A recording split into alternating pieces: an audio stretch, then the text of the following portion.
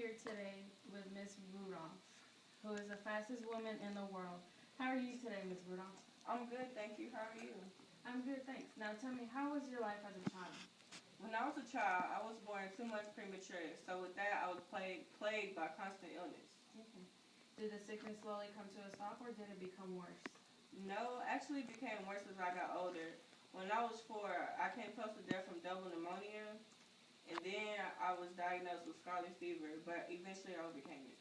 After that recovery, were you diagnosed with any other sickness that affected you in a major way? Yes, I was. I figured something was wrong with my left leg, and I had contracted polio.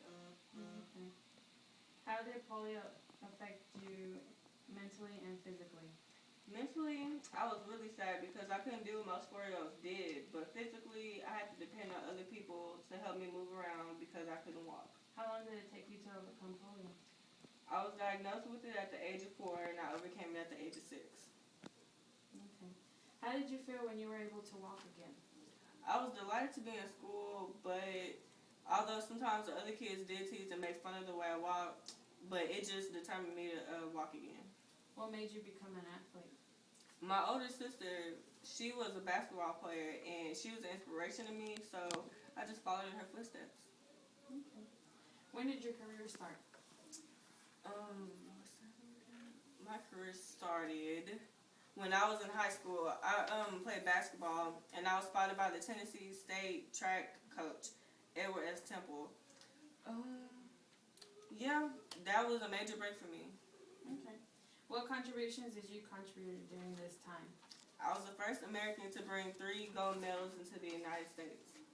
Do you think you made an impact on society? Yes, I think I made an impact on society and my culture. I was the fastest woman in the world in the 1960s, and I competed in 2 Olympic Games in 1956 and 1960. And as far as my culture, I was the first African American female to be inducted into the National Women's Hall of Fame in 1974. How did you react to criticism? I didn't react much. I mean, I just did what I believed in. I was to be the best female track star there ever was. To see my trophies, my basketball, my track, and my medal, one of my gold medals. So yeah. Okay. Well, thanks for coming to the show, Wilma. It was very nice to meet you. Now let's give another applause for Wilma Rudolph. Oh, thank you. Okay. You can.